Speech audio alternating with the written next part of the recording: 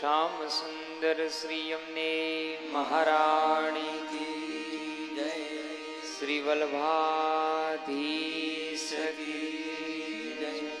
श्री सुखदेव जी महाराज की जय। श्री पितृनारायण देवनी जय। श्री राधा कृष्ण भगवान की जय। श्री नर्मदेश्वर महादेव की जय। गायत्री मात की जय। श्री रामचंद्र भगवान की जय। पवन सुत हनुमान जी महाराज की जय। अपने अपना गुरु महाराज की जय। अपने अपना मात पिता की जय। सनातन धर्म की जय। ओम नमः पार्वती पति हर हर महादेव हर। उपस्थित आप सर्व परम धर्म अनुरागी भगवत भक्त श्रोतागणों ने व्यास गादीए थी मारा जय श्री कृष्ण।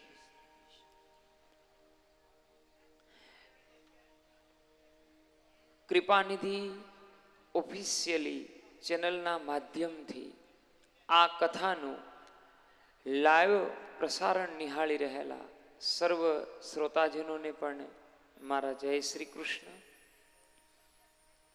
આપ સર્વના હૃદયની અંદર બિરાજમાન શ્રી હરિ સ્વરૂપ ભગવાનને મારા નતમસ્તક વંદન।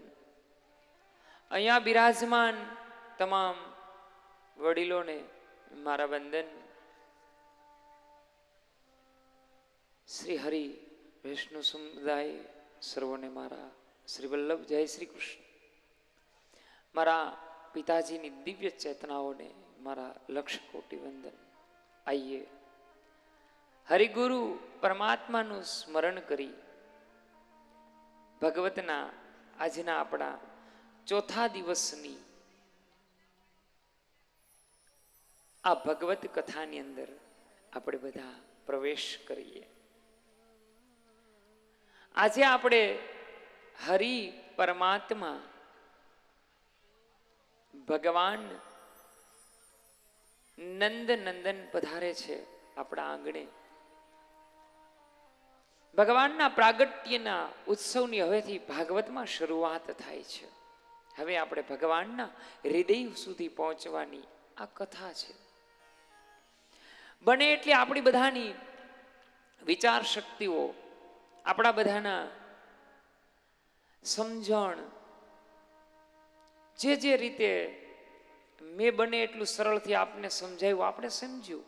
આ બધા આપણે ધીમે ધીમે હવે ભગવાનના હૃદય સુધી ભગવાનના પ્રભુના હૃદય સુધી આપણે બધા પહોંચવાની તૈયારી છે।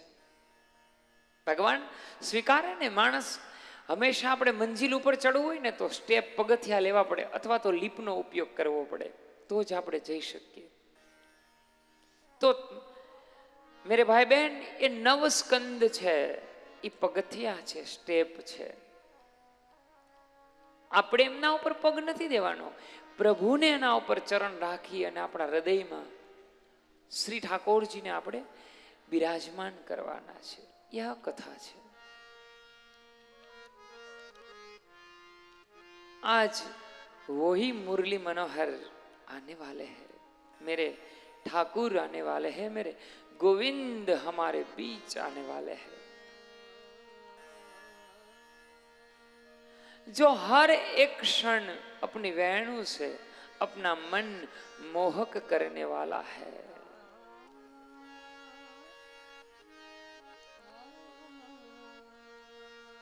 अरे सुन राजा, आज वो पवित्र कथा में सुनाऊं, वो दिव्य संवाद में तुझे सुनाऊं, जो सुनने से तुम्हारे भीतर बैठे हुए परमात्मा भी जाग जाते हैं, उठ जाते हैं।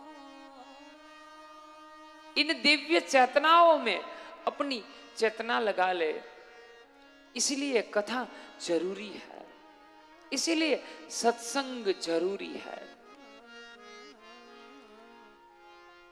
સત્સંગ મારા અને તમારા જીવનની અંદર જ્ઞાનની પ્રાપ્તિ કરાવે છે, સુતેલી મારી અને તમારી સુતેલી ભક્તિને જગાડે છે।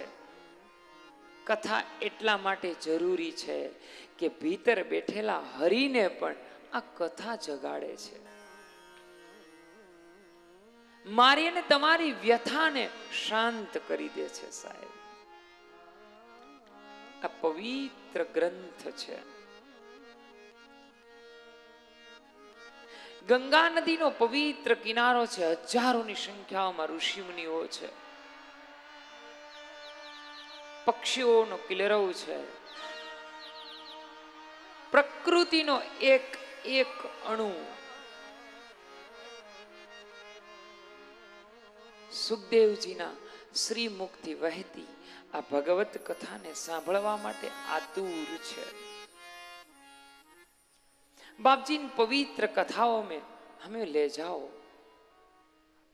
જ્યારે શ્રોતાની જિજ્ઞાસા, વક્તાની જિજ્ઞાસા, શ્રોતાની પ્રતીક્ષા અને વક્તાની પ્રતિજ્ઞા બંનેનો ભાવ, જો આટલી વસ્તુ ભેગી થાય ને તો જ આ કથા મજા આવે આપણને। જો તમે સામા બેસો અને જો તમને આનંદ ન હોય તો મને પણ કથાનો આનંદ ના આવે। અને બંધુઓ એટલું વિચાર કરો કે જો અહીંયા આપણને આનંદ ન હોય તો બીજે કહા આનંદ હોય। કોઈ જગહ ऐसी नहीं है यहाँ के बिना કે જહાં આપણને આનંદ મિલે। ગઈકાલે કથાની અંદર આપણે બધાએ નરસિંહ પ્રાગટ્ય અને ટૂંક સારમાં મેં આપને ગજેન્દ્ર મોક્ષની કથા કહી। હવે 8મો સ્કંદ છે ને એ મન્વંતર લીલા કહેવામાં આવે છે ભાગવતમાં। વાસના મોક્ષ જે ભગવાનનું જમણું વક્ષસ્થળ છે, જે ભગવાનનું વામ વક્ષસ્થળ, જમણું વક્ષસ્થળ છે ભગવાનનું, કારણ કે ત્યાં લક્ષ્મી બિરાજે છે ને। આપણે શું કહીએ, લક્ષ્મી ક્યાં બિરાજે? ભગવાનના વક્ષસ્થળમાં। એટલે 8મા સ્કંદમાં ભગવાનનું વક્ષસ્થળ બતાવ્યું છે। અહીંયા સમુદ્ર મંથનની કથા મૂકવામાં આવી છે, કારણ કે લક્ષ્મીજીનું પ્રાગટ્ય ક્યાંથી છે? લક્ષ્મીજીનું બોલો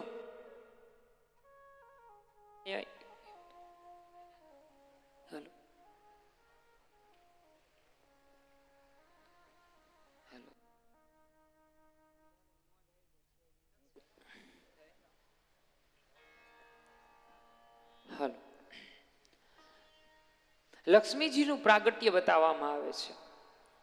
ભગવાનનું લક્ષ્મીજીનું પ્રાગટ્ય થાય પછી ભગવાન એને વક્ષસ્થળમાં રાખે છે, એટલા માટે 8મા સ્કંદને ભગવાનનું વક્ષસ્થળ બતાવ્યું છે। હવે ગજેન્દ્ર મોક્ષની કથા છે એ એવું બતાવે કે હાથી હોય એ સ્નાન કરવા માટે જતો હોય અને જૂડ એને પકડી લે, અને એવી કથા છે કે એ હું અને હાહા નામના 2 ગંધર્વો હોય, દેવલ ઋષિનો શ્રાપ મળે એટલે એક ઝુંડ બને અને એક હાથી બની જાય છે। એ કથા તો આપ લોકોને સુની હોગી, પરંતુ હાથી અને ઝુંડ મૂકવામાં આવ્યું છે, જળ ક્રીડા એવું બતાવવામાં આવ્યું છે। આજે પરીક્ષિતને એવું બતાવે છે કે રાજા સાંભળ, ભગવાન શેનાથી એની મુક્તિ કરાવે છે? સુદર્શન ચક્રથી મુક્તિ કરાવે છે। સુદર્શન ચક્ર છે ને એ કાળ રૂપને હરવા વાળું છે। કાજલબેને એક સરસ વાત કરી હતી કે જેને કોઈ ન સ્વીકારે ને એને પ્રભુ સ્વીકારે। બહુ સરસ વાત હતી કે જે જીવને કોઈ સ્વીકારી ન શકે ને એને મારો હરિ સ્વીકારે છે, એને મારો નારાયણ સ્વીકારે છે, પ્રભુ સ્વીકારે છે. એટલે ભગવાન પેલી આંગળીની અંદર પ્રભુ સુદર્શનને ધારણ કરે છે. જો આપણે પેલી આંગળી ક્યાંય નો ઉપયોગ કરીએ એને અનામિકાને આપણે ઉપયોગ ન કરીએ, પ્રભુ એનો જ ઉપયોગ કરે છે. જો બેને સરસ બહુ વાત કરી. તો ભગવાન પેલી આંગળીની અંદર સુદર્શન ચક્ર રાખે. સુદર્શન ચક્ર છે ને જ્ઞાનનું પ્રતીક છે. સુદર્શન છે ને ભગવાનનું એ જ્ઞાનનું પ્રતીક છે. એટલે તો આપણે સુદર્શન કવચ કરીએ છીએ. શું કામ? કે પ્રભુ આપણામાં જ્ઞાનની પ્રાપ્તિ કરાવે ને, એટલે સુદર્શન છે એ જ્ઞાનનું પ્રતીક છે.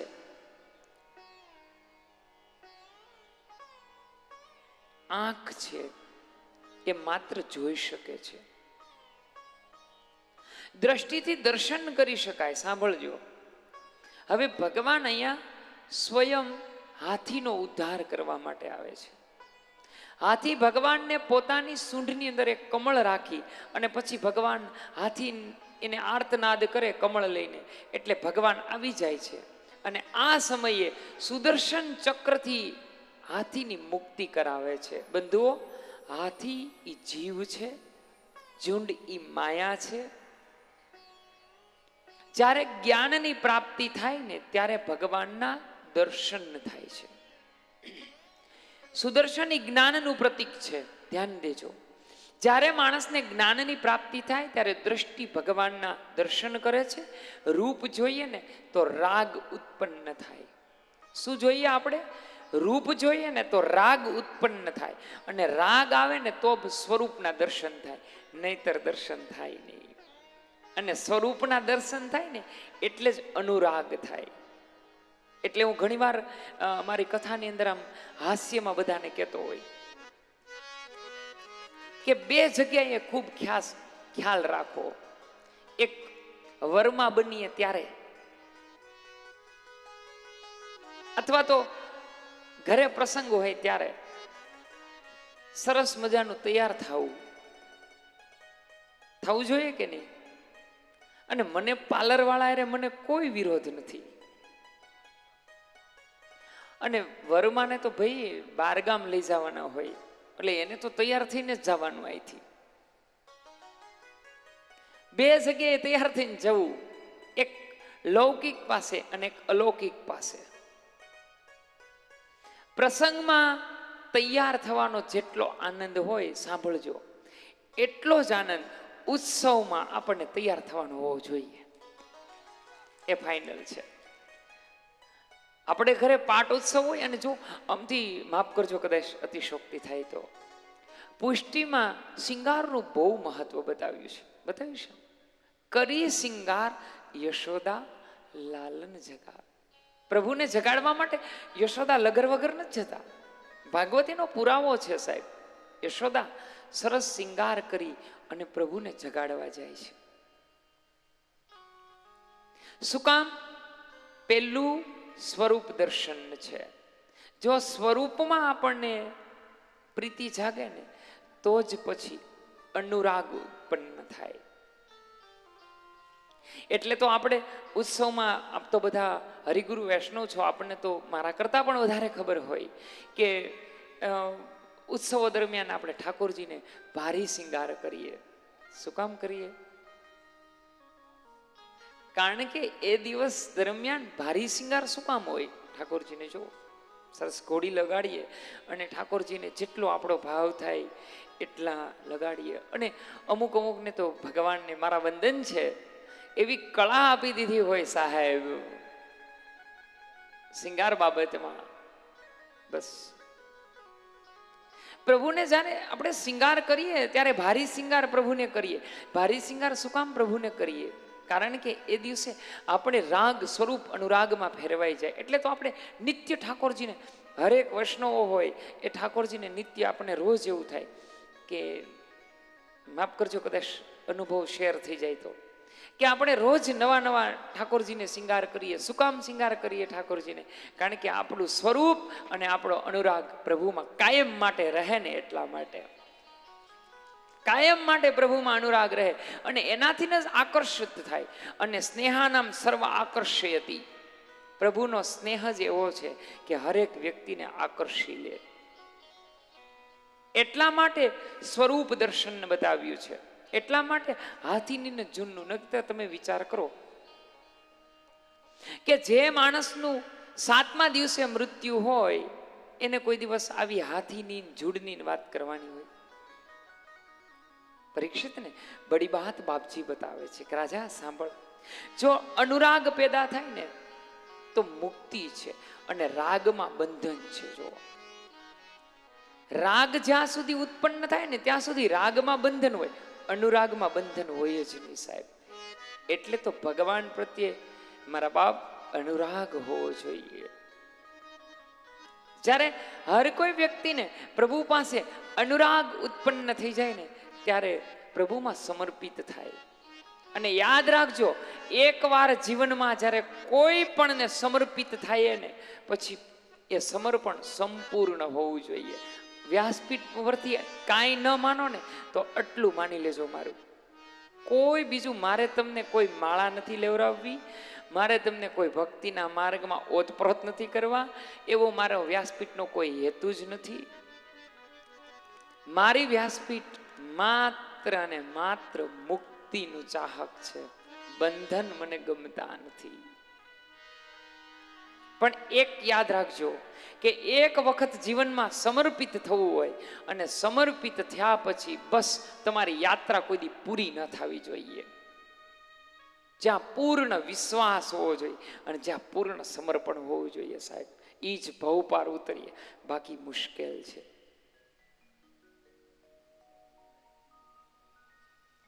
એટલે તો બુદ્ધિ તર્કવાળી ન હોવી જોઈએ સાહેબ. શું કામ?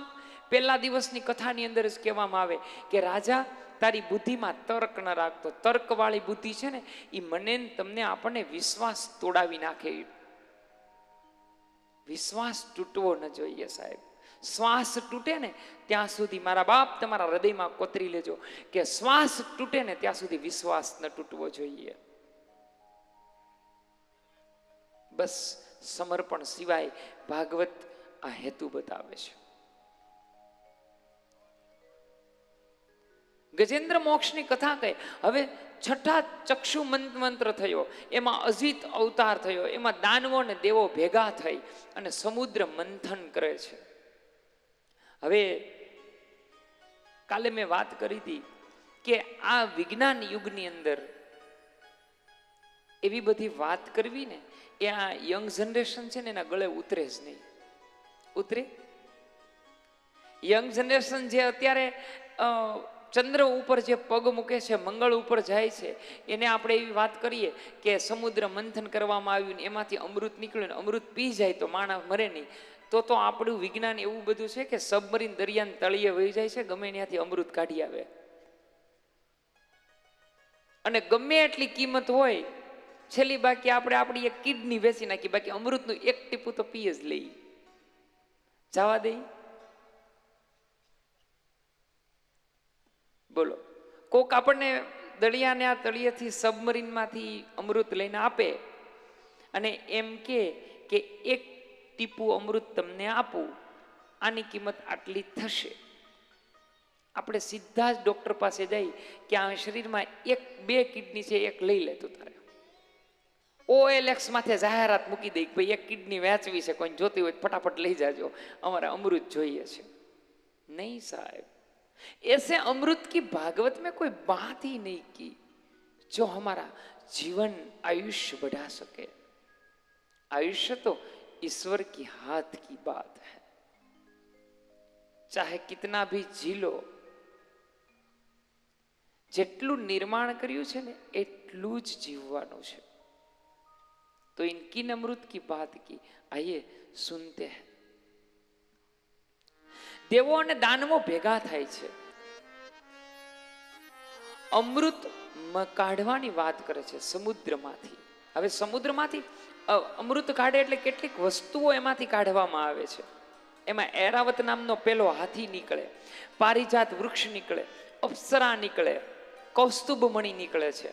એ વિષ્ણુ ભગવાન ધારણ, દૈત્યો નીકળે, દૈત્યોને જે જોતું હોય એ નીકળે છે, દંડ નીકળે છે, લક્ષ્મીજી નીકળે છે. આ શું છે બધું?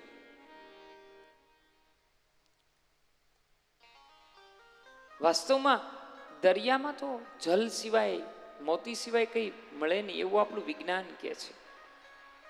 પણ અહીંયા સમુદ્ર મંથન કરવામાં આવે છે અને મંથનથી જ મંજન થાય છે. અને મંજન થાય ને તો જ આ નેત્રોમાં અંજન થાય છે સાહેબ. નેત્રોમાં અંજન થઈ જાય ને પછી દેખાતું બંધ થઈ જાય છે.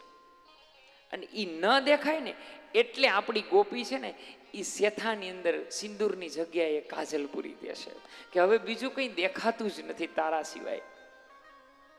એકવાર કનૈયા તને સાબિત કરીને બતાવી દીધું કે હવે તારા સિવાય કશું દેખાતું જ નથી, છતાં તું અમારા મધ્યથી વહી જા. એ કેવી રીતથી મેળાવે? આવે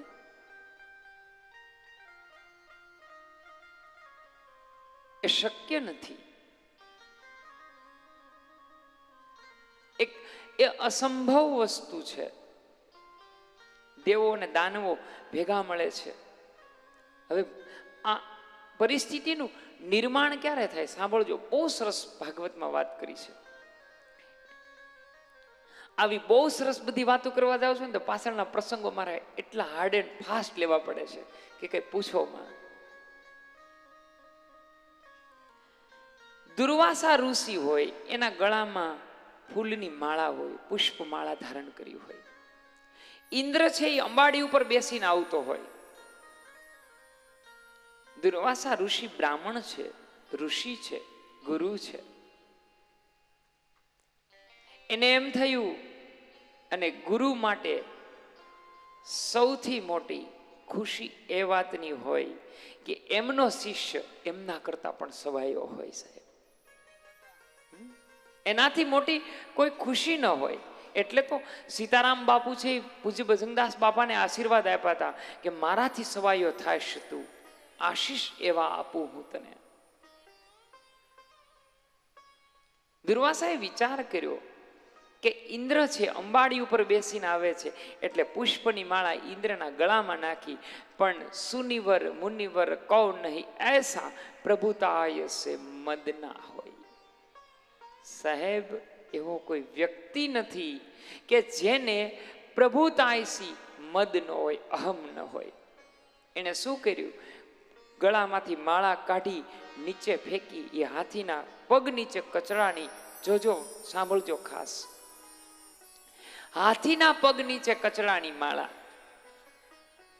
દુર્વાસાએ શ્રાપ દીધો કે મેં તને સન્માન કર્યું અને તે સન્માનને નીચે રગદોડ્યું, માટે જા તું નિસ્તેજ થઈ જઈશ. સુનો હવે આ કથા, મૂળ વાત ઉપર આવીએ. નહીતર આ કથા તો મોઢે જ છે ને તમને બધાને. સમુદ્ર મંથનની કથા તો લગભગ બધાને મોઢે જ હશે ને. મારી કરતા વધારે સારી તમે કરી શકો જો અહીંયા માયક આપ્યું હોય તો, પણ અત્યારે નથી આપવું. હાથીની અંબાડી ઉપર ઇન્દ્ર બેસે છે. ઇન્દ્રિયો જ્યારે ભોગતાપણાને ભોગવવા મળે ને ત્યારે ઇન્દ્રિય જ્ઞાનની કદર કરતી નથી. જ્ઞાનની કદર ન થાય ને એટલે ફૂલ નીચે ફેંકવામાં આવે છે. માળા માળા નીચે ફેંકે ને એટલે હાથી એને કચડે છે. હાથીનું બીજું પ્રતીક અહમ છે, મદ છે. એટલે તો આપણે હાથીને કઈ મદોમદ હાથી આવ્યો એવું કહીએ છીએ ને આપણે તળપદી ભાષામાં. મદ એટલે અહમ થયો. અહમ જ્યારે માણસ જીવનની અંદર આવી જાય ત્યારે માણસ જીવન જ્ઞાન, ભક્તિ, વૈરાગ્ય અને વિવેકનો બુદ્ધિ અનાદર કરે છે. ત્યારે શું થાય છે? દેવો નિસ્તેજ બની ગયા. માણસ ત્યારે જ નિસ્તેજ બને, સાંભળજો, પોતાનું જ્ઞાન, વૈરાગ્ય, ભક્તિ, યોગ, યમ, નિયમ, પ્રાણાયામ, ધારણા આ બધું માણસ છોડે એટલે માણસ નિસ્તેજ બની જાય છે. દેવો નિસ્તેજ બન્યા. દેવો નિસ્તેજ બન્યા એટલે દાનવોએ યુદ્ધ કર્યું. જો મારી વ્યાસપીઠ પૂરતી વાત કહું છું, આવા દાનવો હોય કે સિંગડાવાળા ને એવા, એ તો આપણને સ્ક્રીન મીડિયા બતાવે, ટીવી બતાવે છે આવું બધું. તો દેવો નિસ્તેજ થયા એટલે દૈત્યોએ આધિપત્ય જમાવ્યું. દૈત્યોએ આધિપત્ય જમાવ્યું એનો અર્થ એવો થયો કે માણસની અંદરથી, આપણા વિચારમાંથી જ્યારે સદવિચારો, સદગુણો, સહજતા, સરળતા, સહિષ્ણુતા આ બધું વયું જાય ને, ત્યારે શું આપણામાં જાગે? કામ, ક્રોધ, મદ, મત્સર, અભિમાન જાગી જાય છે અને હું પણ જાગી જાય છે. અને જ્યાં સુધી સાંભળજો હું ન હટે ને ત્યાં સુધી હરિ કોઈ દી પ્રગટે જ નહીં. મેં કર્યું, હું કરું, અરે તું કાંઈ ન કરી શક. અરે માનવ કહે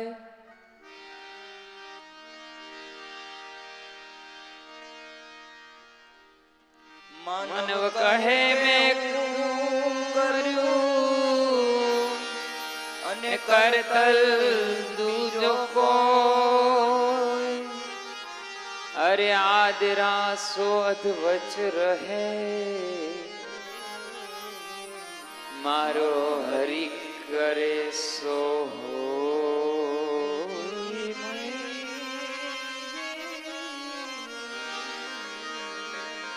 આદરા શોધ રહે મારો હરિ કરે સો. દેવો અને દાનવોનું આધિપત્ય વધ્યું. દૈત્યોએ દેવો નિસ્તેજ થઈ ગયા એટલે કીધું કે હવે આપણે આની સાથે સંધિ કરી લઈએ. સંધિ કરવાનો અર્થ એ થયો. સંધિ કોણ કરી શકે? બતાવીએ મુજબ. મિત્રતા કોણ રાખી શકે? નમતું કોણ મૂકી શકે? કોઈ નમતું મૂકે? અને જો નમતું ન મૂકી તો હું બીજા ગામની વાત કરું છું, આપણા ગામની વાત નથી કરતો. સમજી ગયા ને?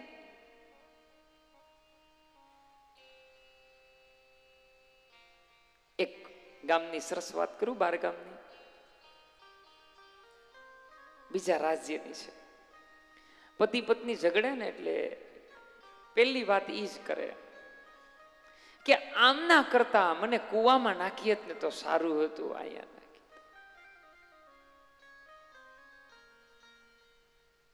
મારો જીવ બળી બળીને રાખ થયો. ખબર પડતી નથી જીવ કેવડો હશે.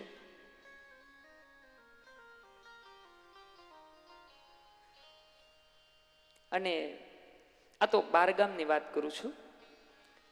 એક સ્ત્રી નરિયું જૂઠું બોલે અને એક પુરુષ નરિયો જૂઠું બોલે.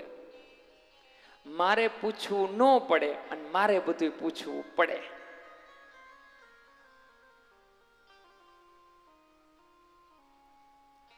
આજે રસોઈમાં શું બનાવશું? દાળ ભાત બનાવવું? હમણાં મને ખબર પડી બધે સફરજન જ હોય. મને એમ હશે વડીલો કોઈ બીતા નહીં હોય, પણ હમણાં મને એક અનુભવ થયો, ઓહો ઈ વતન પીવે છે, આ તો આગેથી ચાલ્યું આવે છે, આપણું નથી. આ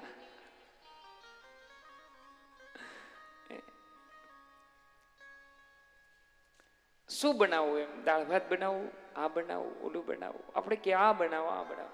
છેલ્લે તમારા મનનું જ ધાર્યું કરો છો તો પુરુષ વર્ગને હુકામ એટલો બધો હેરાન કરો છો?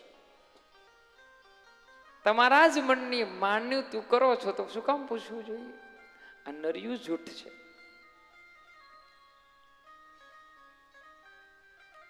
દેવો અને દાનવો ભેગા થઈ અમૃત મંથન કરવાની તૈયારી કરે કે હવે શું કરશું?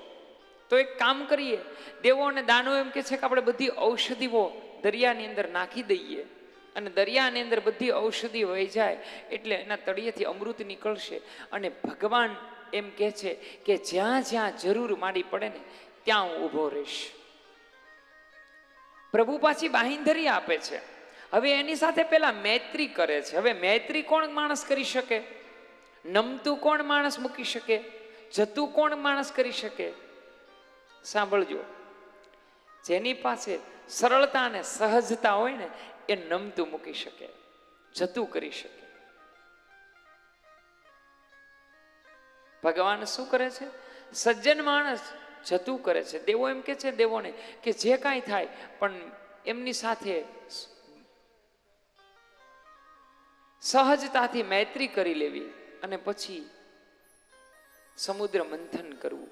કેટલી વાત સરસ કહેવામાં આવી કે માણસને જ્યારે દુર્ગુણો સતાવા લાગે ને, જ્યારે કામ ક્રોધ સતાવા લાગે ને, ત્યારે હરિગુરુનું સ્મરણ કરી લેવું, હરિસ્મરણ કરવું, પ્રભુના શરણે વયું જવું, સદગુરુના ચરણનો આશરો લઈ લેવો, એટલે આપોઆપ દુર્ગુણો સાથે શાંત થઈ જશે.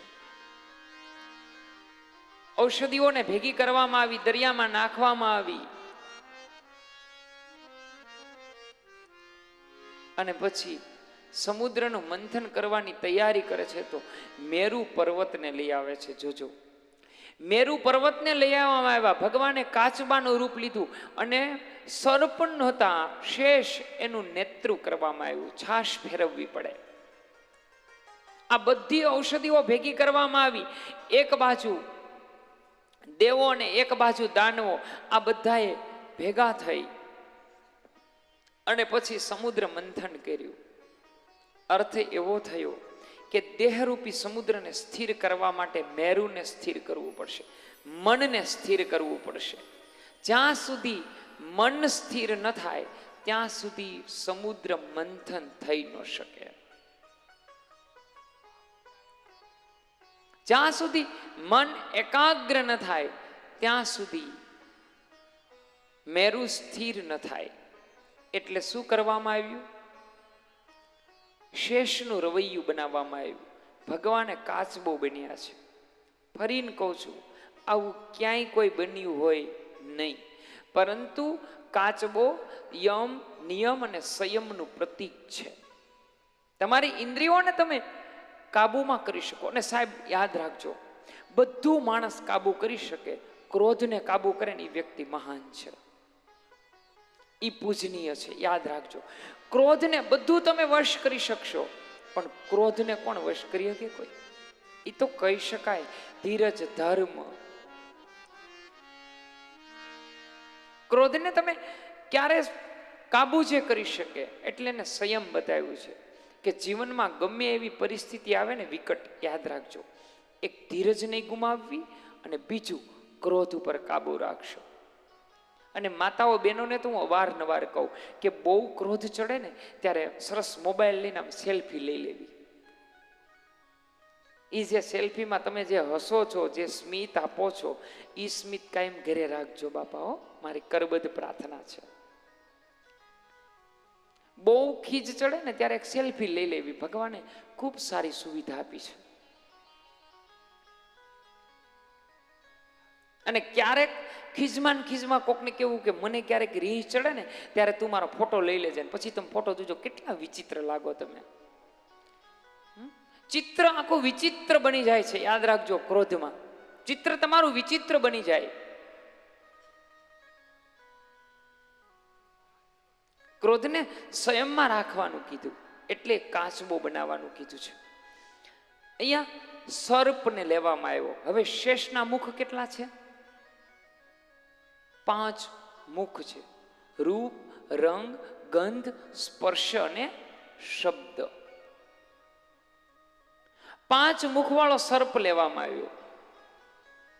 હવે મોઢા તરફ દેવો રહ્યા. જો પેલા દાનવોએ ના પાડી કે મોઢા તરફ અમે ન રહીએ, અમારે પૂછ તરફ ન રહીએ, અમારે તો મોઢા તરફ રહેવું પડે.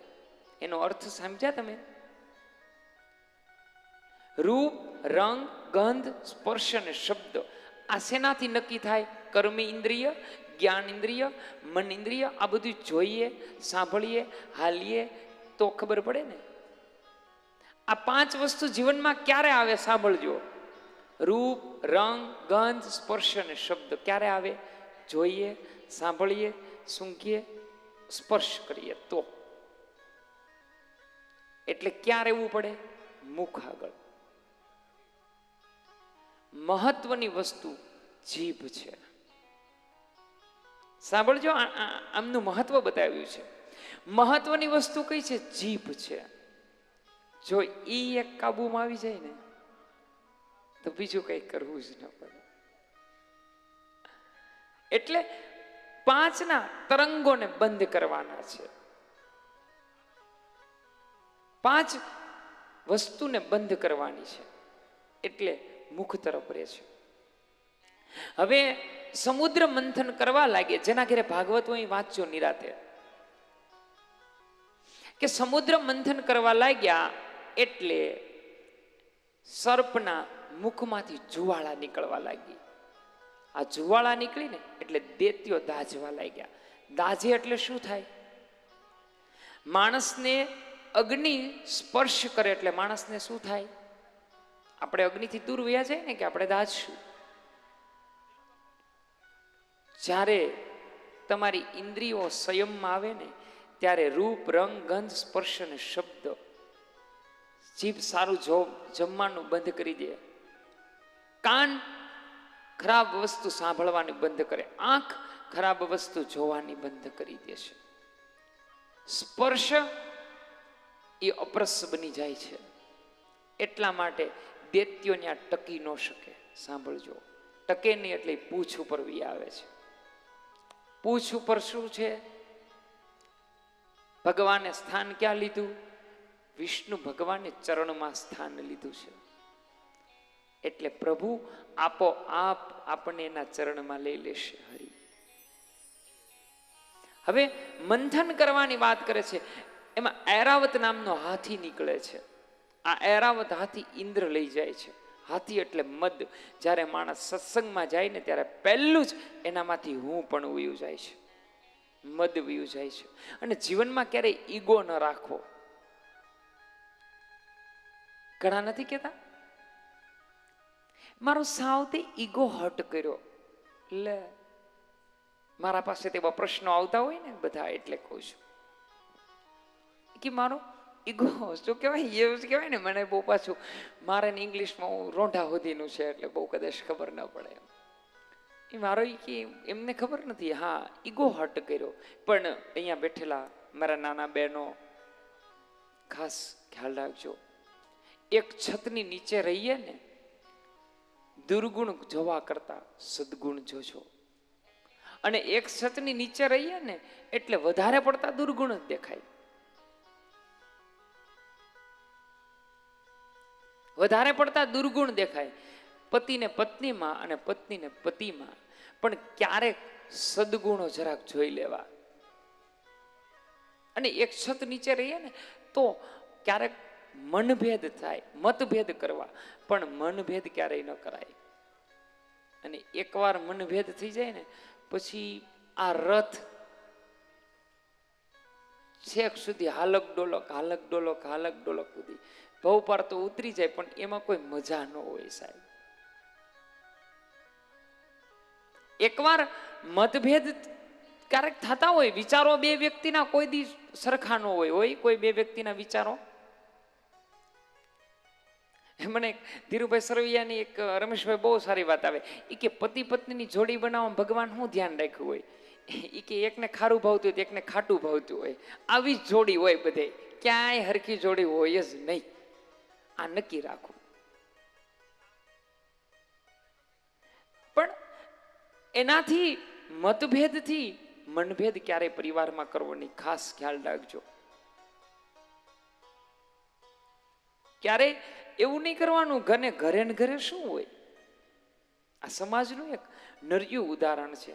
ઘરે ને ઘરે ત્રીજી વ્યક્તિ લાવવાની હોય, બે વ્યક્તિની વચમાં લાવવાની હોય. જોકે આપણા ગામમાં તો આ વસ્તુ છે જ નહીં.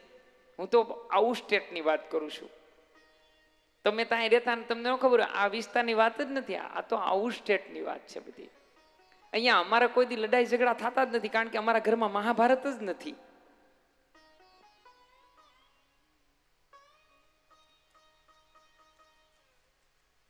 સંયમનું પ્રતીક બતાવ્યું છે કે માણસ સ્વયંથી સ્વભાવને જીતી જાય છે. અને બંધુઓ યાદ રાખજો, સૌથી અઘરી વસ્તુ હોય ને તો એ સ્વભાવને જીતવો છે. મારી કરબદ્ધ પ્રાર્થના છે કે સ્વભાવને જીતી જાજો. સ્વભાવને જીતજો ને તો જ પ્રભાવ પડશે, નહીતર પ્રભાવ નહીં પડે. જીત લેના ઉન ક્રોધ કો. હવે એરાવત હાથી નીકળે છે એટલે પેલો મદ વયો ગયો, ભક્તના જીવનમાંથી મદ વયો ગયો ને એટલે એક દીન બની ગયો. અને દીનતા પ્રથમ લક્ષણ છે, અને દીન બનીએ ને તો જ પ્રભુ સ્વીકારે. એટલે તો શ્રી વલ્લભ અવારનવાર હરિગુરુ વૈષ્ણવને એક જ વાત કરી, દીન બનીને રહેવું. બસ હરેક સમયે દીન બનવું. અને મારી વ્યાસપીઠેથી તમને કરબદ્ધ પ્રાર્થના છે કે ક્યારેય પણ બધું છોડવું, પણ દીનતાનો સદગુણ ક્યારેય ન છોડવો. નક્કી કરી લેવું. મદ વયો જાય પછી પારિજાતિક વૃક્ષ નીકળે. વૃક્ષની પ્રકૃતિ કેવી છે? પારિજાતિક તમે ફૂલ જોયું હશે, એમની પ્રકૃતિ, એમનું સ્વરૂપ જુઓ તમે, કેસરી અને સફેદ હોય ને. પારિજાત છે એ સ્વર્ગનું ઝાડવું છે. તે મામાને પ્રસન્ન કરવા માટે પ્રભુ એને પૃથ્વી ઉપર લાવ્યા છે. અને આ વૃક્ષની એક મહત્વતા પણ છે. આ ભાગવતમાં નથી, હું તો મારી રીતે મેં જે વિચાર્યું છે એ કહું છું તમને. ગમે વિચાર તો રાખજો, નકર આ કાને સાંભળીને આ કામે કાઢ રાખજો. બહુ એનું મહત્વ ન લેવાનું હોય. ઈ પુષ્પની એક મહત્વની વસ્તુ એ છે કે રાત્રિના સમયે ખરે છે. એ ફૂલ ખરે છે, આમાં હશે કોકના ઘરે રાત્રે ખરે ને. જો તમે સવારમાં રાત્રે એમના નીચે આપણે બિછાનું રાખી દઈએ એટલે સવારમાં બધા ફૂલ એની અંદર પડી જાય છે. એનો અર્થ એવો થયો કે નિશાના સમયે સર્વ ત્યજિત ભાવ કરી દેવો. નિશાંત મીન્સ એકાંત. એકાંતમાં બધું જ છોડી અને સમર્પણ થઈ જવું, એટલે પારિજાતિક વૃક્ષ છે. ચંદ્ર નીકળે છે એમાંથી. ચંદ્રમાં એવું કહેવાય કે અમૃત છે. એનો અર્થ એવો થયો કે જીવનમાં ભક્તિ રૂપી અમૃતને ધારણ કરવું. હવે ત્યાંથી આગળ જાય છે એટલે લક્ષ્મી નીકળે છે. લક્ષ્મી કોણ રાખે છે? ભગવાન વિષ્ણુ રાખે છે. વિષ્ણુનું વાહન શું છે? ગરુડ છે. હંસ છે એ વિવેક છે, ગરુડ જ્ઞાન છે. જ્ઞાન જ્યારે પ્રાપ્ત થાય ને ત્યારે લક્ષ્મીની પ્રાપ્તિ થાય. લક્ષ્મીને ભગવાન વક્ષસ્થળમાં રાખે છે. વક્ષસ્થળમાં ભગવાન શું કામ રાખે છે પ્રભુ લક્ષ્મીને? વામ વક્ષસ્થળ સ્થિતા લક્ષ્મી. શું કામ? ભગવાન ત્યાં વક્ષસ્થળમાં લક્ષ્મીને રાખે છે કે જ્યાં ભગવાન સ્થિરતાનું પ્રતીક બતાવે છે. લક્ષ્મી એટલે પૈસાની વાત નથી, એ વાત બીજી એક ઓપોઝિટિવ સાઈડ થઈ જાય. એ વાત લક્ષ્મીની નથી થતી. જ્ઞાન છે માણસને. જ્ઞાન સ્થિત પ્રજ્ઞ હોવું જોઈએ. માણસનો સ્વભાવ સ્થિત પ્રજ્ઞ હોવો જોઈએ. બપોર પછીની કથામાં આપણને આવશે કે પ્રભુ શ્રી રામને સુબારમાં કાલે કહેવામાં આવે કે તારો રાજ્ય અભિષેક છે, અને પછી ખબર પડે કે તાપસ બેસ વિશેષ ઉદાસી 14 બરસ રામ બનવાસી. તારે વનમાં જવાનું છે. થતા ભગવાનનો એક જ સ્વભાવ હોય, સ્થિત પ્રજ્ઞ હોય. પ્રભુ કઈ વાંધો નહીં. સુન જનની સોઈ સુત બડ ભાગી, જો માત પીતુ બચન અનુરાગી. માં એમાં શું છે? આ સ્થિત પ્રજ્ઞ થયું. પ્રભુ સ્થિત પ્રજ્ઞ બને છે અને ત્યાર પછી એમાંથી કાળકુટ નામનો વિષ નીકળે છે. હવે આ વિષ કોને દેવું? બધા ના પાડે છે. વિષને કોઈ સ્વીકારે? બધા દેવતાઓ પોતપોતાની રીતે વસ્તુ લઈ જાય છે એવું બતાવવામાં આવે છે, પણ વિષને બધાએ ના પાડી કે આ વિષ અમારે નથી જોતું, વિષ અમારે નથી જોતું. તો હવે વિષને કોણ લેશે? ઝેરનો ઝારણહાર કોણ છે? કે મહાદેવ પાસે જઈએ. और कैलाश की इन शाखाओं में, तरुवरों की शाखा में ध्यान धर बैठे हैं मेरे महादेव. शिखर कैलाश के ऊपर कल्पतरु ओ की छाया में छाया में रमय नित संग गिरि जाके रमण धर हो तो ऐसा हो सदा शिव सर्ववर दाता दिगंबर हो तो ऐसा हो सर्ववर दाता दिगंबर हो तो ऐसा।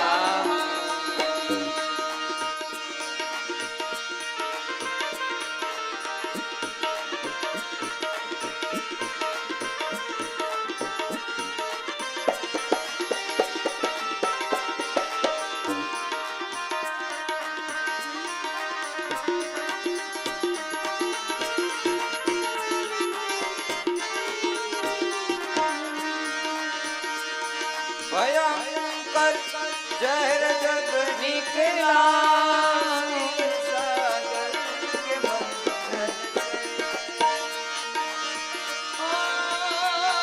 महाकाल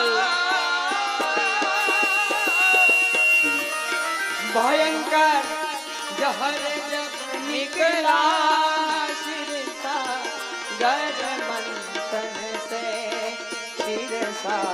गर मंथन से धरासद कंठ में पीकर धरासद कंठ में पीकर विषधर हो तो ऐसा हो सदा सर्ववर दाता दिगंबर हो तो ऐसा हो दिगंबर हो तो ऐसा हो दिगंबर हो तो ऐसा हो। દેવો અને દાનવો ભેગા મળી ભગવાન મહાદેવ પાસે જાય છે। कैलाश सरोवर की शाखा में संग गिरिजा के भगवान बैठे हैं प्रभु અને ભગવાનને જગાડવાની કોશિશ કરે છે। જાગો મહાદેવ જાગો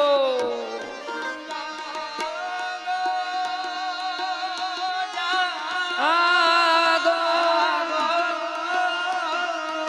મહાદેવ હર હર મહાદેવ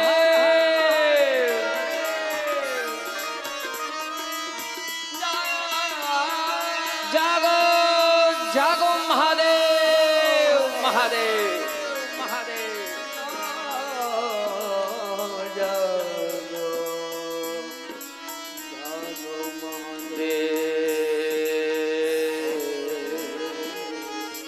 દેવો અને દાનવો ભગવાનને પ્રાર્થના કરે।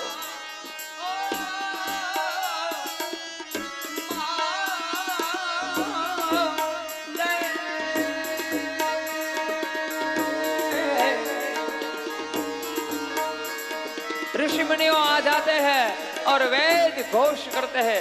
महर्षि पाणिनि जिन्हें वेद मंत्र कहते हैं।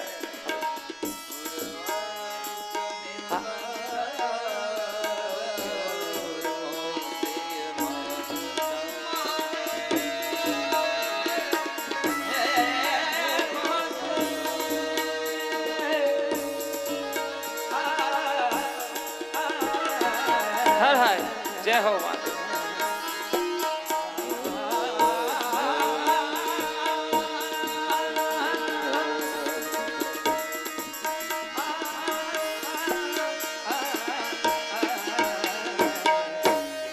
ભગવાન મહાદેવને જગાડવામાં આવે છે। સમાધિ મગ્ન ભગવાન આ નેત્રોને ખોલે છે અને ભગવાન કાળકૂટ નામના વિષને પ્રભુ કમંડળની અંદર ધારણ કરે। ઓમ બ્રહ્માર્પણમ વિબ્રહ્માગ્નો બ્રહ્માહુતમ બ્રહ્મતવ્યમ બ્રહ્મ કર્મ સમાધિના ઓમ તત્સદ બ્રહ્માર્પણમસ્તુ। ભગવાન વિષને ધારણ કરે કંઠ સુધી ભગવાન આવે અને નીલકંઠ ભગવાન કહેવાય। બોલીએ શ્રી નીલકંઠ ભગવાન। भगवान जहां ऋषिकेश के बगल में भगवान उन जगह पर जहां विष का पान किया वहां से भगवान नीलकंठ महादेव कहलाए। ત્યાંથી ત્યાર પછી કામધેનુ ગાય ઋષિઓ યજ્ઞ કરવા માટે લઈ જાય છે. અમૃત નીકળે છે. આ અમૃત છે એ દેવોના હાથમાંથી દૈત્યોને ઝૂંટવી લઈ જાય છે દૈત્યો. જ્યારે દૈત્યો અમૃતને લઈ જાય છે, દેવો વિહળ થાય ભગવાન પાસે જાય, ત્યારે પ્રભુ મોહિનીના રૂપને ધારણ કરે છે. મોહિનીના રૂપને ધારણ કરી ભગવાન અને પ્રભુ શ્રી હરિનારાયણ આ સમયે દેવો અને દૈત્યોને સામેની એક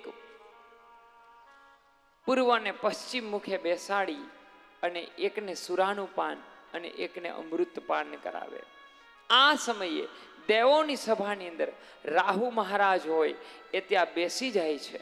એટલે રાહુ મહારાજના ભગવાન સુદર્શનથી એનું શિર છેદન કરે છે. ત્યાર પછી હવે આ સમયે દેવો દર ભટકે છે. એટલે માં અદિતિ દેવ માતા અદિતિ ભગવાનને પ્રાર્થના કરે છે, પ્રભુ મારા દેવો હવે દર ભટકે છે, મારા દેવોની ચિંતાને હરી દૂર કરો. મારી અને તમારી આપણી બધાની ચિંતાને શ્રી હરી લે છે. પ્રભુ એ લઈ લે છે ઈશ્વર. અહીંયા માને ભગવાને વેદ મંત્રોથી યજ્ઞ કરવાની સૂચના આપી. જો અહીંયા ભાગવતના 8મા સ્કંદ 17મો અધ્યાય અને 8મો શ્લોક એ આપણને બતાવે છે કે કશ્યપ બ્રહ્મ ઋષિએ માં અદિતિને વેદ મંત્રોથી આહુતિ આપવાનું કહ્યું. વાસ્તવમાં અમારું ધર્મશાસ્ત્ર એવું કહે છે કે વેદ મંત્રોની આહુતિ એકલા સ્ત્રી આપી ન શકે, પરંતુ ધર્મ નિરૂપણ નામના ગ્રંથ મેં બતાવ્યું છે કે જ્યારે પતિ બહાર ગયા હોય ત્યારે પત્ની એમના નામ સંકલ્પ કરી અને આહુતિ આપી શકે છે. માને હવે પયો વ્રત બતાવવામાં આવે છે કે તારા દુઃખને હરવા માટે, તારી પીડાઓને હરવા માટે હરી તૈયાર રહેશે. માં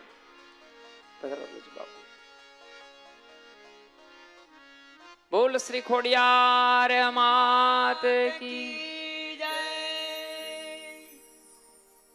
આપણા તાપને, આપણા કલેશને, આપણી પીડાઓને હરવા માટે હરી તૈયાર છે. ભગવાને કશ્યપ બ્રહ્મ ઋષિએ માં અદિતિને વ્રત બતાવ્યું. ફાગણ માસની શુદ્ધ દ્વાદશમીના તિથિએ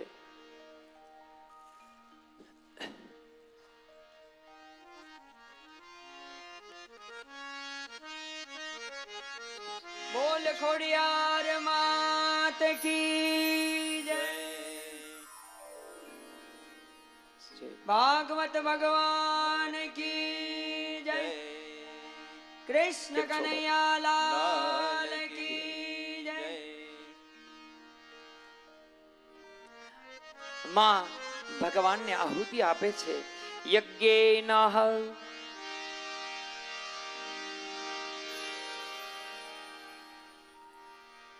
યજ્ઞની શરૂઆત થાય છે.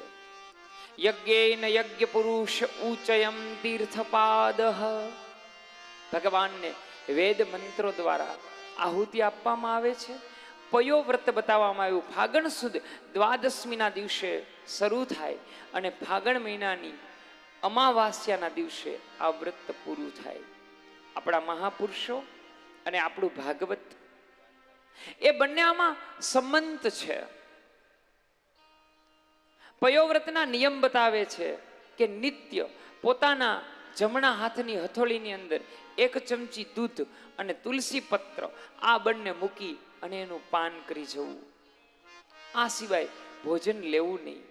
અને અમસ્તા પણ માણસે જ્યારે કોઈ વ્રત કે પૂજન કરે ત્યારે માણસે અહીંયા નિયમ બતાવ્યા છે કે નીચે ભોંયે પથારી રાખી સૂવું.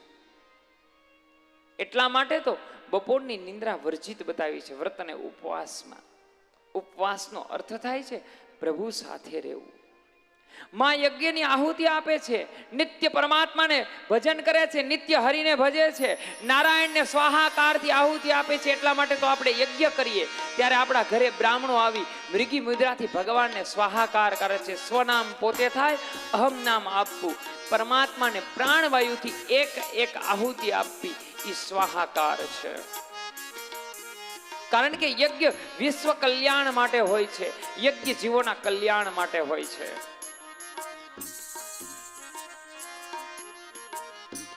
યજ્ઞની આહુતિ આપવામાં આવે છે એ જગ્યાએ ભગવાન નારાયણ ચતુર્ભુજ દર્શન સ્વરૂપે થયા છે. તત્ર નારાયણ દેવ શુક્લવર્ણમ ચતુર્ભુજ શંખ ચક્ર ગદા પદ્મમ ધાર્યત. ભગવાન શંખ ચક્ર ગદા પદ્મમ માલામ વિભૂષિતમ. ભગવાને કમળની માળા ડોકથી તે ચરણ સુધી આરૂઢ કરી અને પ્રભુ પ્રગટ થયા. માં શું જોઈએ છે? માતૃ હૃદય છે.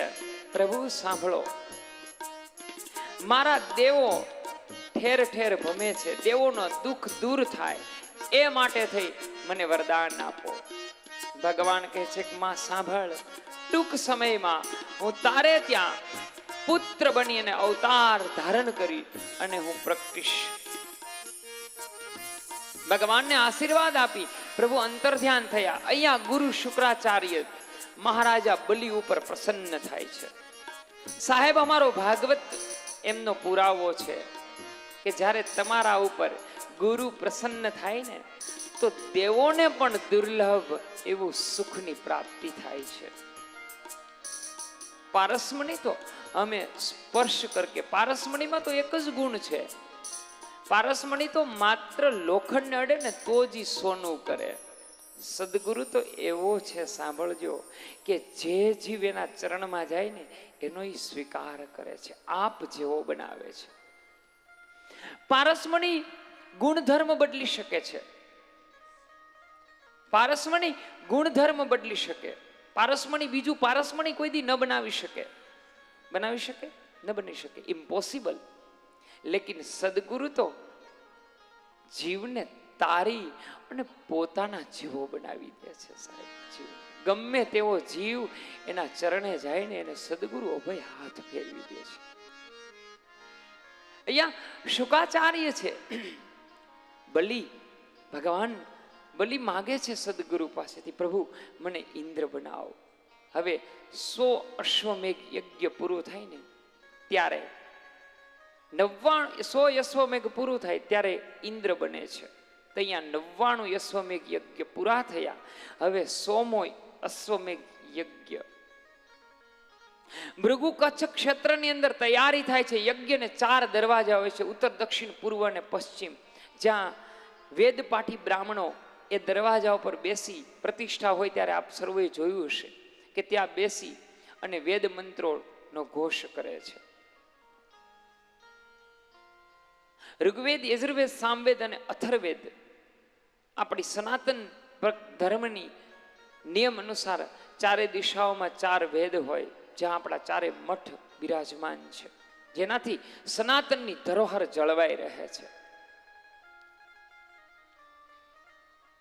ભૃગુ કચ્છ ક્ષેત્રની અંદર જ્યાં આપણા મહાપુરુષો કહે છે, જેને હાલનું ભરૂચ, એમને ત્યાં યજ્ઞની શરૂઆત થાય છે. યજ્ઞની અંદર સ્વાહાકારથી ઋત્વિજો બ્રાહ્મણો મંત્રથી આહુતિ આપે છે. યજ્ઞશાળાના જેટલા નિયમો છે એ નિયમોને પાળી રાખવામાં આવે છે. યજ્ઞશાળાની અંદર મહારાજા બલિ ઋત્વિજ છે, યજમાન છે. જ્યાં સ્વયં બલિ યજમાન હોય અને ગુરુ ઋત્વિજ સામે હોય. યજ્ઞની શરૂઆત થાય છે. અહીંયા ધીમે ધીમે ફાગણ પૂરો થાય, ચૈત્ર, વૈશાખ, જેઠ, અષાઢ અને શ્રાવણ માસ આવે છે. આ સમયે શ્રાવણ માસમાં જીવો ભગવાન મહાકાલની ઉપાસના પૂર્ણ થાય છે. ભાદ્ર મહિનો આવે છે.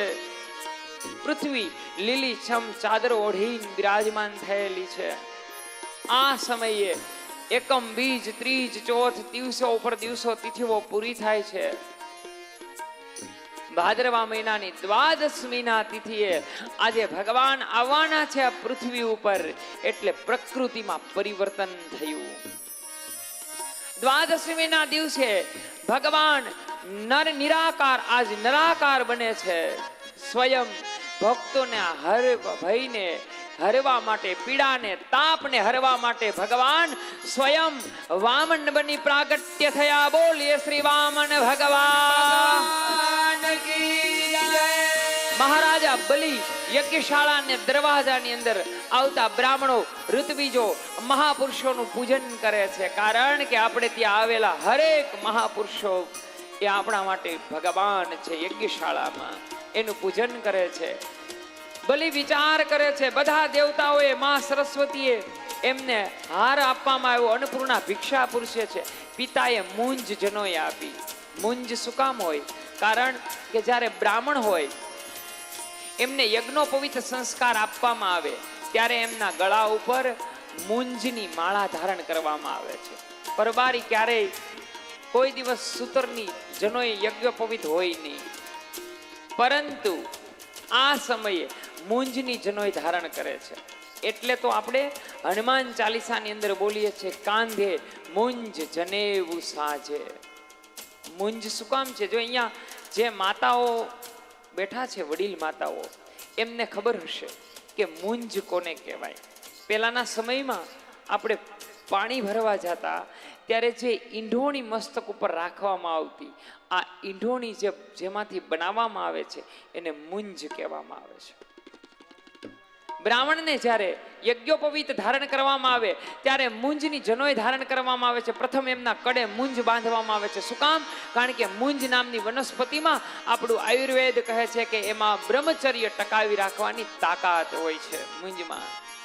ભગવાન વામન જ્યારે ભૃગુ કચ્છ ક્ષેત્રમાં દેવો પૂછે છે, કિમ પ્રયોજનમ ભગવાન, પ્રભુ તમારું પ્રયોજન બતાવો. ત્યારે ભગવાન પ્રયોજન કહે છે, ભૃગુ કચ્છ ક્ષેત્રની અંદર મહારાજા બલિ વિશ્વજીત યજ્ઞ કરે છે, ત્યાં 3 ડગલા જમીનની યાચના માટે જાઉં છું. ભગવાન એક સાથે 1 કરોડ સૂર્યનો ઉદય થયો હોય એટલા ભગવાન વામન પ્રકાશિત થાય છે. જાણે દેવાંગના દેવતાઓ ભગવાનની સાથે જાય છે. આગળ બાપુજી કશ્યપ બ્રહ્મ ઋષિ અને ભગવાન વામન ભૃગુ કચ્છ ક્ષેત્રની અંદર ભિક્ષા માટે જાય છે. બોલીએ શ્રી વામન ભગવાન કી જય. વિષ્ણુ વામન બની યારે વિષ્ણુ વામન બની ચાલ્યા રે મટાડવા બીજો ઇન્દ્ર મારવાલા, ઓ ઇન્દ્ર મારવાલા, મટાડવા બીજો ઇન્દ્ર મારવાલા, મટાડવા બીજો ઇન્દ્ર મારવાલા વિષ્ણુ વામન બેહાલિયા રે શ્વેત છત્ર શિર પર ધરિયા રે શ્વેત છત્ર શિર પર ધરિયા રે કર્મા કમંડળ સાર મારવાલા કર્મા કમંડળ સાર મારવાલા વિષ્ણુ વામન થઈ ચાલ્યા રે મૃગ ચર્મ કાખમાં શોભતા રે મૃગ ચર્મ કાખમાં શોભતા રે ત્રિપુંડ ભાલ વિશાલ મારવાલા, ત્રિપુંડ બાલ વિશાલ મારવાલા, વિષ્ણુ વામન બની ચાલ્યા રે હે વિષ્ણુ વામન બની હાલ્યા રે.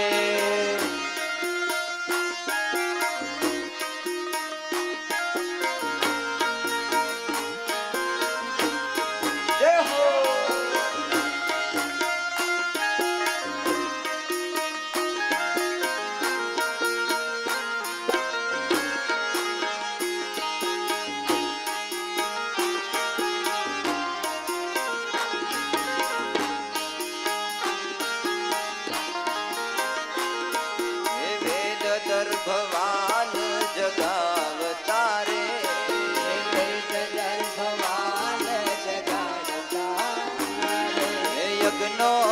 પવિતના દાન મારવાલા યજ્ઞો પવિતના દાન મારવાલા.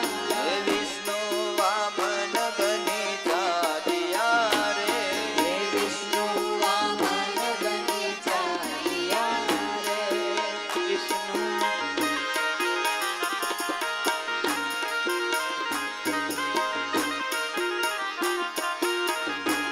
જય વામન ભગવાન.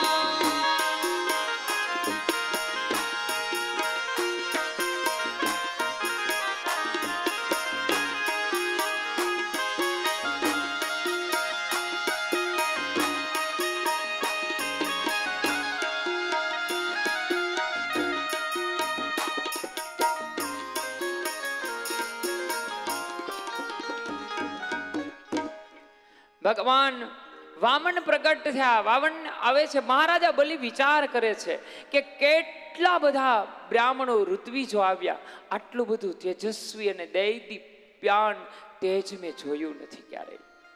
મહારાજા બલિ દરવાન ઉપર ભગવાનનું સ્વાગત કરે છે. સ્વાગત કરવાની સાથે કિમ પ્રયોજનમાં શું જોઈએ છે? જુઓ, અહીંયા ભાગવતમાં એવું બતાવે કે મહારાજા બલિ બોલે છે ને, ભગવાન માગે છે ને, એ પેલા બલિ બોલી જાય છે શું જોઈએ છે. ક્યારે આપણા ઘરે કોઈ વ્યક્તિ આવે તો પરબારું એમને પૂછાતું નથી ડાયરેક્ટલી, એ કે ત્યારે પૂછાય ને. પરંતુ આપણા ધર્મશાસ્ત્રનું નિરૂપણ છે કે જ્યારે સંન્યાસી તમારા ઘરે આવે ત્યારે એ માંગે એ પહેલા કેવું જોઈએ ને. ગ્રહસ્થી બ્રાહ્મણ તમારા ઘરે આવે ત્યારે એ માગે પછી એને આપવાનું હોય. ગ્રહસ્થી નથી, આ સંન્યાસી વામન છે. બોલો શું જોઈએ છે? સ્વસ્તિ માતમ વૃદ્ધ વિભૂમેદિની. રાજા સાંભળ, પેલા તો કોઈ પણ માણસ પાસેથી કંઈ જોતું હોય ને તો એનું વખાણ કરવા પડે, અને વખાણથી કોઈ માણસ એવો નથી કે વશ ન થાય. પાંખું આવી જ જાય, ન લાવવી હોય ને તોય આવી જાય. ગમે એટલી કોશિશ કરો ને તોય પાંખ આવી જાય. બાપુ, વખાણ વસ્તુ એવી છે, પાંખ આવી જાય. મહારાજા બલિ સાંભળ કે તારામાં તો 3 ગુણ છે: ભક્તિ, શુરવીરતા અને દાનવીરતા. તારા દાદા પ્રહલાદ પાસે ભક્તિ હતી, પરદાદા હિરણ્યકશ્યપુ કે જે શુરવીર હતા એનો વધ કરવા માટે સ્વયં ભગવાનને આવવું પડ્યું, અને તું દાનવીર.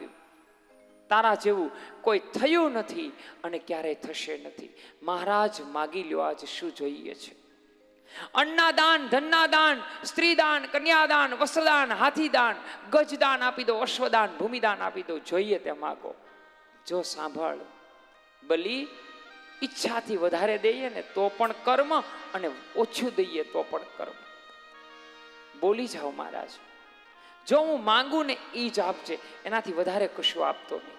આ સંવાદ શુક્રાચાર્યજી યજ્ઞશાળામાં સાંભળે. ગુરુ છે, શુક્રાચાર્ય સાંભળી જાય છે, આવે છે, બલિને સચેત કરે છે કે આ કોઈ નથી, વિષ્ણુ છે.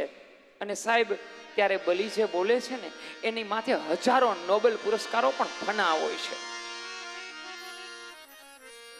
બલિ બોલે છે કે પ્રભુ સાંભળો ગુરુજી, આજે મારી આંગણે જો સ્વયં વિષ્ણુ આવ્યા હોય ને તો જ્યાં સુધી સૂર્ય, ચંદ્ર, આકાશ, પૃથ્વી અને તેજ રહેશે ને ત્યાં સુધી લોકો યાદ કરશે કે સ્વયં ભગવાનને પણ બલિને ત્યાં ભિક્ષા માટે આવવું પડ્યું. આ ગુરુ કૃપા છે મારા બાપ. ગુરુ કૃપા કેવી થાય કે સ્વયં તમારે ત્યાં ઈશ્વરને પણ આવવું પડે. આ બલિનું વૃત્તાંતમાં આપણને એ સમજાવે છે. જો બલિ, હવે સાંભળ, આજે હું ગાયત્રી કરતો હતો, હું જ્યાં બેસું ત્યાં લોકો મને કહેતા આ જગ્યા મારી, આ જગ્યા મારી, આ જગ્યા મારી. માટે હવે સાંભળ, મારે જે જોઈએ છે ને એ આપવાનું છે. શુક્રાચાર્ય છતાં બલિને રોકે છે. ચારીજીના નાળચાની અંદર બેસી જાય છે, ભમ્મર બને છે, અને શુક્રાચાર્ય એક આંખ ફોડે છે. ગુરુની દ્રષ્ટિ બે ન હોવી જોઈએ, દ્વિભેદ દ્રષ્ટિ ગુરુની ક્યારે હોય નહીં. ગુરુના તો શરણે આવ્યો, જે એનો શરણે આવ્યો એને સ્વીકારી લીધો, બસ એ જ સદગુરુ સાચો છે. જે આવે ને એને સ્વીકારી લે ને એ સદગુરુ છે. એટલે તો દાન બાપુ આપા ગીગાને સ્વીકારી લે મારા બાપ. નિતર તો માણસ, સુનલો માણસ, એને વિહામણને કે આપા હવે આમને કંઈક પીરાય દે. ભણ્યું તારી પાસે ક્યાં પીરાય ઓછી છે, તું પણ આપી દે. આ સદગુરુ છે સાહેબ, આ હરિગુરુ છે.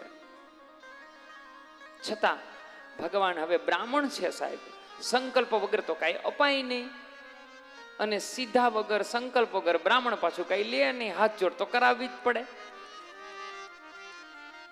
તો હવે હાથ જોડ કરાવે છે, સંકલ્પ કરાવે છે, હાથમાં પાણી આપે છે તો બલી નીચે બેસી જા, હું જે માંગુ ને એ મને આપી દેજે. તો કે જો આપીશ ને, આજે મારો પ્રાણ હોય ને તો પણ તમને હું આપી દઈશ. અને જલ લેશે માસોતમ માસે, માસા નામ પવિત્ર ઉત્તમ માસે, અમુક માસે અમુક પક્ષી અમુક તિથિ વાસરે, અમુક ચંદ્ર સીતે ગ્રહ ગુરુ યોગ નક્ષત્ર બલી. અને હવે કહે છે જો બલી હવે હું કહું છું એ આપજે. સ્વસ્તિતામ મમઃ કિદયંતી મેદિની, મારે જમીન જોઈએ છે. માગો કેટલી જોઈ છે? 3 ડગલા જમીન જોઈ છે. બલી હસવા લાગ્યો. વાતમાં વૃદ્ધ અને માગવામાં તો બાળક છો. બલી આપવું છે? હા. સ્વાગતમ વદ વિભુ, હું સ્વાગત કરું છું, આપું છું. દિયતામ મેં દીધી. અને ભગવાન કહે છે, શું કહે છે? મેદિનીમ કામ માત્રામ ગૃહીત્વા મમઃ, મેં લીધી. ત્યાં ભગવાન વામન વિરાટ બની જાય છે. ભગવાન બની જાય છે. ભગવાન એક ડગલાની અંદર ભગવાન પૃથ્વી, તેજ, આકાશ, પાતાળ બધું લઈ લે. ભુવરલોક, સ્વર્ગલોક, મહાશ્લોક, જનલોક, તપલોક અને સત્યલોક બધું લઈ લે છે. બીજા ડગલાની અંદર અતળ, વિતળ, સુતળ, રસાતાળ, મહાતાળ અને પાતાળ બધું લઈ લે. હવે ત્રીજું ચરણ ક્યાં રાખવું? બલિ ભગવાનના ચરણમાં બેસી જાય છે. પ્રભુ મારા શ્રી મસ્તક ઉપર ધરી લ્યો. અને બલિના મસ્તક ઉપર ભગવાન ચરણને રાખે છે. ત્યારે ભગવાન વામનનો જય જયકાર થાય. મહારાજા બલિ ને સુતલના ઇન્દ્ર ભગવાન બનાવે છે. બોલે શ્રી વામન ભગવાન કી જય. ભગવાન બલિને સુતલના ઇન્દ્ર બનાવી અને ત્યાં સુતલમાં ભગવાન એમનો ઇન્દ્ર બનાવે છે. ભગવાન ત્યાં દ્વારપાળ બને છે. થોડા સમય પછી માં લક્ષ્મીજી એ નગરમાં વસે છે. લક્ષ્મી વસે એટલે નગરમાં સુખ અને સમૃદ્ધિ થવા લાગી. મહારાજા બલિને દ્વારપાળો દ્વારા ખબર પડે છે. અને રક્ષાબંધનના પવિત્ર તહેવારના દિવસે બલિ માં લક્ષ્મીજી બલિને રાખડી બાંધે છે. અને બહેનને કશું આપવું પડે એટલે દક્ષિણામાં એમનો દ્વારપાળ માં માગે છે. આ ઉત્તમ ચરિત્રને આપણે 5 મિનિટના વિરામ પછી આધ્યાત્મિક અર્થે આપણે સમજીશું. માત્ર ભાગવતમાં કોઈ પણ વૃત્તાંત સામાન્ય હોય નહીં, કોઈ પણ કાવ્ય હોય નહીં. માફ કરજો, ભગવાન વામનને તમારી પાસે જોડી લઈને આવવાની સિસ્ટમ મારી કોઈ પણ કથાની અંદર છે નહીં. એક પણ કથાની અંદર બાપુ હું કોઈ દી મગાવતો નથી ભગવાન. એવું કંઈ આપણે કરવું નથી. આ તો વામન જસ્ટ બનાવ્યા છે. અને દાતા તો દેવાવાળા ક્યાં દુબળો છે. એટલે માફ કરજો, એવું આપણે કંઈ નથી કરવું. સ્વયં આપવા આવ્યો છે ને એ શું આપણી પાસે માગે?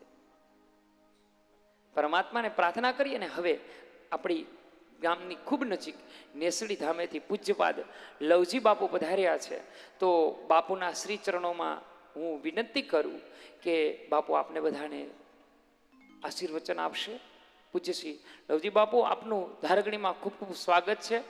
સંત ચરણ જહાં જહાં પડે વો ભૂમિ શુદ્ધ હો જાવે. તો બાપુને એવી વિનંતી. બોલો ભાગવત ભગવાન કી, દ્વારકાધીશ કી જય. ખોડિયાર માત કી, સનાતન ધર્મની જય, સનાતન ધર્મની, સનાતન ધર્મની જય. નમઃ પાર્વતી પદ હર હર મહાદેવ. આજ રોજ ધારગણી ગામના આંગણે આવું સરસ મજાનું સમસ્ત ધારગણી ગામ વતી ભાગવત કથાના વ્યાસ સ્વરૂપ પૂજ્ય વ્યાસજી, ભાઈઓ બહેનો, નાના બાળકો, સનાતન ધર્મની પરંપરા એટલે ભગવાન શ્રી કૃષ્ણનું વાંગ્મય સ્વરૂપ એવું ભાગવતજી, મને તમને શાસ્ત્રીજી જ્યારે ભાગવતના જ્ઞાન દ્વારા પીસી રહ્યા હોય ત્યારે વિશેષ કાંઈ ન કહેતા ધારગણી ગામ ઉપર માં ભગવતી કાયમ અને કાયમ માટે આશીર્વાદ વરસાવતા રહે એ જ પૂર્ણ ભાવ સાથે બોલો દ્વારકાધીશ કી.